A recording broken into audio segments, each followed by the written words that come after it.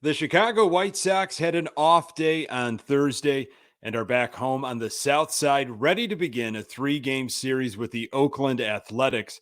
There was some positive news regarding Luis Robert, but some discouraging news about Ronaldo Lopez. The trade deadline is fast approaching, and what, if anything, will the White Sox do before August 2nd? And Wednesday's loss to the Rockies still haunts me, but it might have just been the destiny of a 500 team. You are Locked On White Sox, your daily Chicago White Sox podcast, part of the Locked On Podcast Network, your team every day.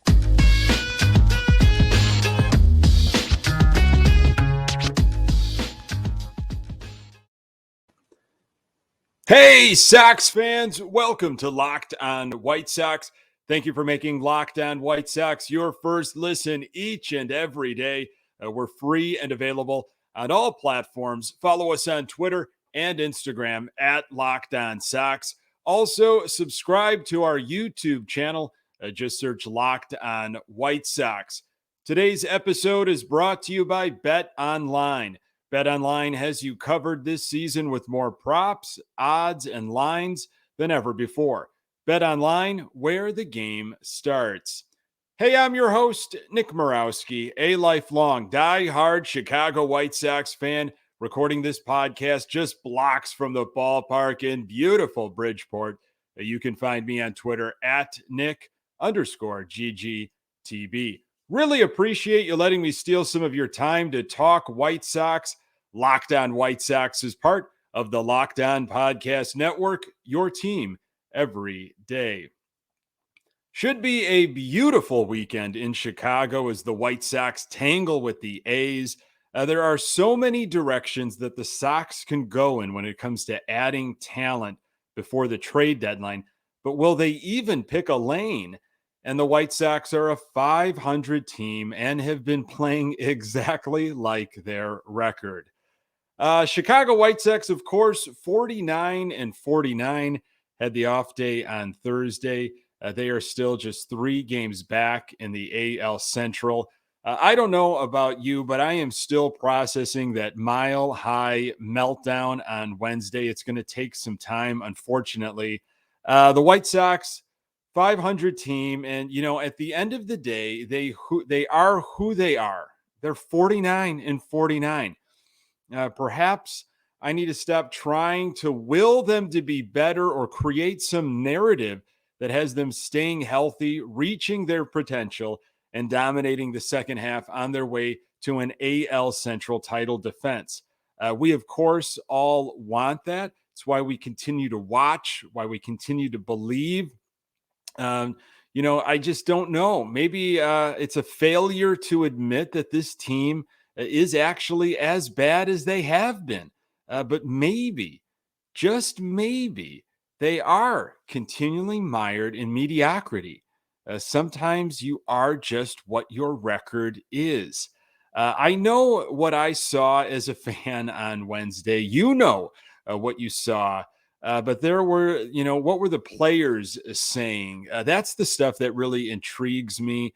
You know, I love hearing from the players after the game or the day after the game. You know, I can watch every inning or listen to the radio like you and make observations and assumptions, but we'll never really know what's going on with the players. So we're going to talk about that in just a moment with regards to what happened in Denver on Wednesday. A few news and notes here. Luis Robert had, I guess, a rehab start in Charlotte, AAA Charlotte, Thursday night. There was some talk initially of him returning for this Oakland series, but I have no word on that yet. So wondering what will happen after that Charlotte, if it's going to be more than one game, or if maybe we'll see him at all maybe this weekend. I don't know yet. Ronaldo Lopez, the man they really needed in Denver, he is officially gone on the 15-day IL, according to the White Sox, with a lower back strain. That is a huge deal for a lot of different reasons. We'll definitely be talking about that when we discuss the trading deadline later in this episode. So back to Wednesday. Again, this loss, it's haunting me. I can't shake it. Tons of blame to go around. This is what Kendall Graveman had to say.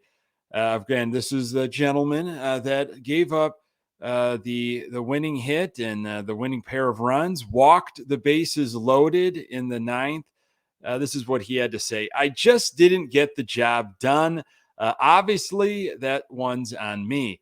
To go out there and walk three guys and give up a hit, that can't happen. I'm better than that, and I need to challenge the strike zone a little better. Maybe change that to a lot better, Graveman. Giolito, this is what he had to say. Of course, he was the starter on Wednesday. I put us in a hole early. The team's confidence level is there. It's just a matter of winning more games. It's a tough one today to let slip away after we battled so hard, but you come back after the off day and keep playing hard, playing focused. That's all we can do. It's all we can control. And here is Liam Hendriks. Of course, Liam Hendriks pitched 27 pitches on Tuesday, was not available on Wednesday. He was battling some stuff from the altitude. It sounds like he has dealt with it before in previous seasons. This is what Hendriks had to say. Look, I don't like ever being down, and I never ask for a day off. But today, meaning, of course, Wednesday, was one of the days where I wasn't fighting it. I'm just not up to snuff. It's the good thing about our pen. We can get anyone in there to go through 6 through 9, and we can feel pretty confident. Unfortunately, today it just didn't work. Here is Joe Kelly. Joe Kelly left, of course, in the 8th with an injured bicep, we were being told, and an arm injury. Here's what Kelly had to say. I had a couple of zings in there, throwing full tilt on the changeup. The sensation of it was I didn't have much feeling in it.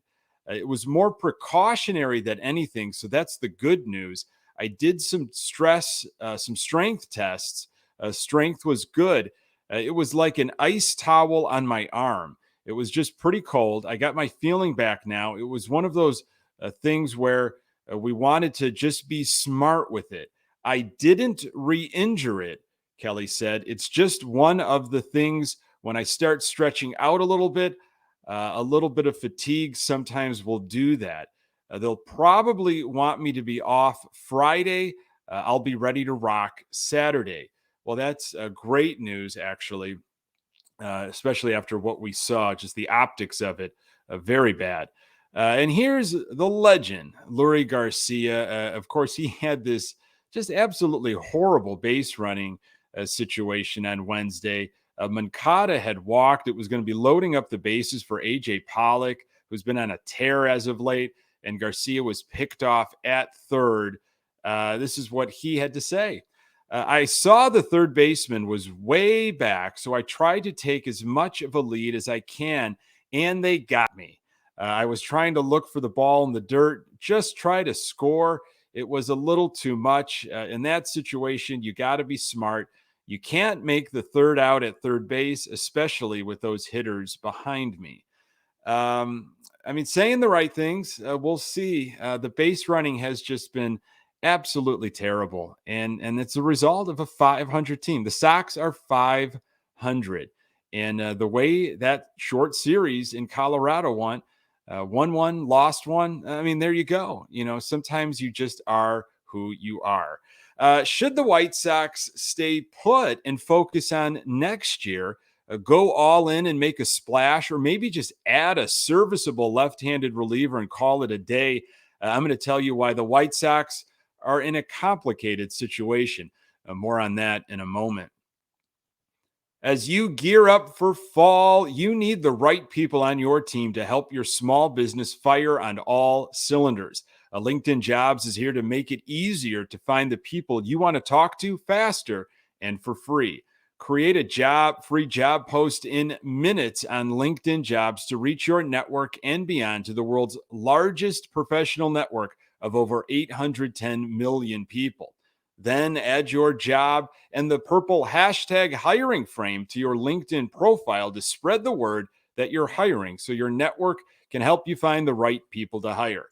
Simple tools like screening questions make it easy to focus on candidates with just the right skills and experience so you can quickly prioritize who you'd like to interview and hire.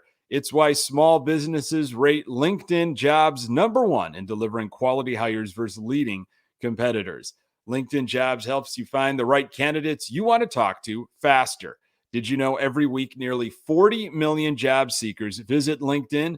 Post your job for free at linkedin.com/lockedonmlb. That's linkedin.com/lockedonmlb to post your job for free.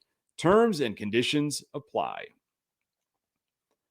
Thanks for making Locked On White Sox your first listen each and every day. The MLB trade deadline is August 2nd, and Locked On MLB has all the breakdowns. Locked On White Sox will have rapid reactions to any move made. Make sure you have subscribed to Locked On White Sox on YouTube or wherever you get your podcasts so you can get notified when each episode premieres. So it is no surprise, of course, you know this. The Chicago White Sox have a lot of needs. What will they address, if anything, before the August 2nd deadline? So if you want to think about relief pitching, we now know Ronaldo Lopez has some back issues and will be without him for a few weeks. And that's just on the conservative side. Joe Kelly, I like what he said there. It sounds like he could be available this weekend, especially on Saturday. But I mean, this has happened a few times already.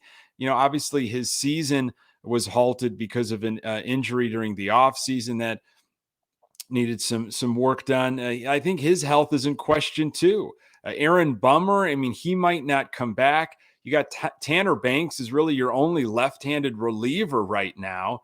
Graveman seemingly can't pitch back-to-back games.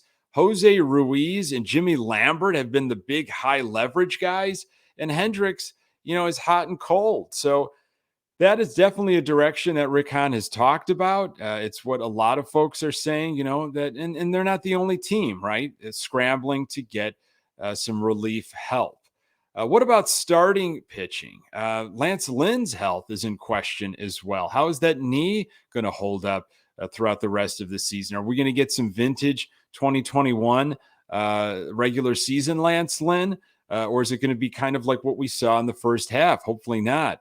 Lucas Giolito is definitely human. We've seen that, and it's been that way for quite some time. Cease, Cueto have been the most dependable as of late. And Kopech is a close third. If you're looking for an extra arm for the stretch, are you going starter or are you going bullpen? I mean, are you thinking more postseason, ALDS? I mean, I guess it would be Cease, Cueto as your 1-2 if you're having to make that decision right now. I mean, who's your game 3 starter? Are you confident with them? Would Kopech be your game 3 starter right now? Would it go Cease, Cueto, Kopech? I mean, sure, there's a lot of baseball left, but some of those decisions need to be made now by the deadline. In 2021, last year in that ALDS against Houston, Sox went with Lance Lynn first, and that was a loss. Lucas Giolito, that was a loss. Dylan Cease went game 3. Sox won big game 3, but Dylan Cease, he didn't pitch very well in that game. He went 1 2/3 innings, gave up 3 earned runs, and then Carlos Rodon, he went game 4. He got the loss. In a short series, who are your starters in a game 5 series right now? Do you trade for that type of difference maker? Luis Castillo from the Reds, Frankie Montas from Oakland. I don't know if either of them are worth mortgaging, till 2023 with some of the prospects we'd have to give away. Lance Lynn was supposed to be that guy. He was supposed to be that difference maker, the guy that would help us out in a short series based on what happened in 2020. Maybe Lance Lynn gets back, to that form from last season, that regular season, and can redeem his poor performance in the postseason. Hopefully, if the Sox can get there. They've got a lot of question marks at the starter spot. Second base, outfield, a left-handed hitter, which most likely is a DH from everything that Rick Hahn has said. You've got Ian Happ out there. He's an outfielder, second baseman, third baseman, switch hitter, according to Baseball Reference. He's a free agent after 2023. It's a guy that the Sox front office has probably seen a lot of since Happ, of course, plays for the Cubs. And then the question is, do you win now or do you play for 2023? Dylan Cease and Giolito will not be in White Sox uniforms very long. That's just my personal opinion. That's based on the track record of the organization not spending money to retain pitchers. Moncada, Robert, Eloy should be around for a while. Yaz and Lynn have limited time.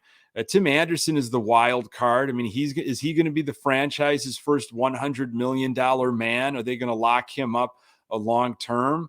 There are definitely, there could be a case made for doing whatever it takes to light a fire and win the division this year. We've got a ton of talent still on this team. As we talked about at the top of this episode, you're playing devil's advocate. You're having this argument maybe with yourself or with other Sox fans as you're at the game this weekend.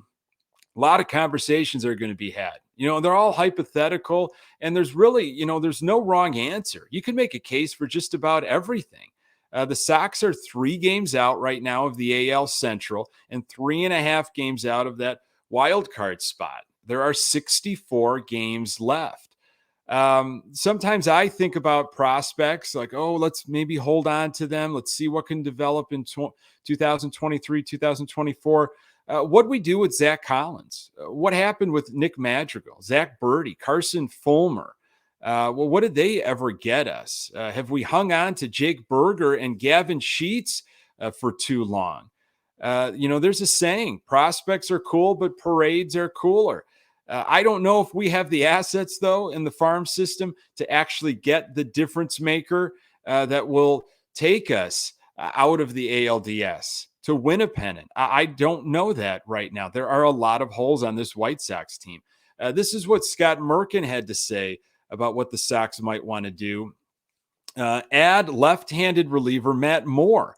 The White Sox already have a top-notch bullpen in place with closer Liam Hendricks, Graveman, Joe Kelly, a hurt Lopez now, behind a steady starting rotation. Aaron Bummer would be that prime southpaw setup hurler, and he recently talked about targeting a September return from his current injured list trip. But Matt Moore, 33 years old, has a 1.74 ERA over 34 appearances for Texas and brings some playoff experience as well. Moore has also held left-handed hitters to a .584 OPS and right-handed hitters to a .535 OPS and a 171 batting average. Not a bad idea. Like we talked about, Tanner Banks, your only lefty right now. To get a lockdown lefty reliever, that's an option. Mark Feinsand from MLB Network recently said the Twins, Guardians, and White Sox, separated by just 3 games in the AL Central, are among the most aggressive teams in the pitching market right now per sources. According to one executive from a potential seller, they all think they have a shot and are trying to get better. Well, that is hopefully that's happening. But what direction are the Sox going to go? Starter, reliever, utility guy, DH, bat. There was a great article, James Fegan from The Athletic Thursday. You might want to check that out. This was talked about through names like Jose Quintana out, Ian Happ, Matt Moore.